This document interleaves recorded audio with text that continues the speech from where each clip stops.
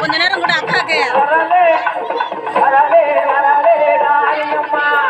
எல்லாம் யூடியூப்ல வாங்க.